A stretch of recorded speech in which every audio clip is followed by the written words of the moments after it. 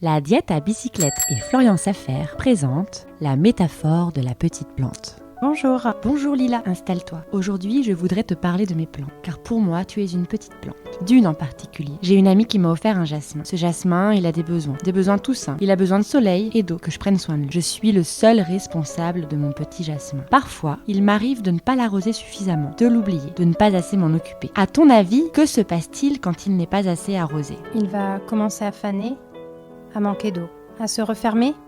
Ses feuilles vont tomber. Il va aller vraiment moins bien. Et s'il n'a plus d'eau du tout ? Il risque de mourir. Oui, c'est vrai, le petit jasmin va faner. Tu sais, moi, ce qui m'intéresse, c'est de le maintenir en vie, qu'il soit suffisamment arrosé pour pouvoir pousser, et qu'il utilise tous les nutriments présents dans la terre. Donc tu vois, avec toi, c'est la même chose. Ton poids, ce n'est pas si important. Moi, ce que je veux, c'est que tu sois suffisamment arrosé pour ne pas faner. Je voudrais déjà te féliciter, car je vois que tu apportes un peu d'eau à ta plante. Juste assez pour pouvoir tenir. Et je sais que ce n'est vraiment pas facile pour toi. Cette petite plante, qui en a la responsabilité ? C'est moi. J'en suis responsable.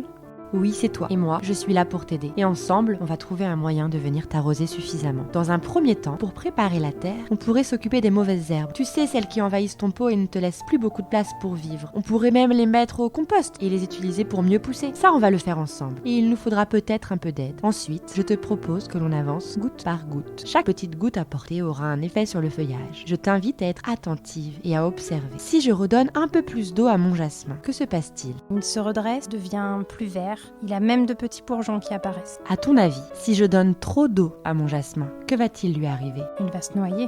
Oui, alors trop d'eau, ce n'est pas bon pour lui. Et si je lui donne l'eau dont il a besoin ? Il va l'utiliser pour se nourrir et grandir.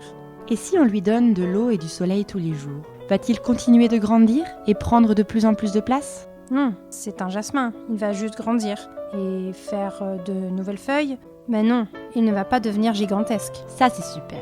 Il ira mieux alors. Mais ce serait comment de voir qu'il va vraiment mieux ? Peut-être qu'il pourrait avoir une fleur. Ah, ça oui. S'il fleurit, ça peut vraiment dire qu'il va mieux. Tu vois Lila, pour toi c'est pareil.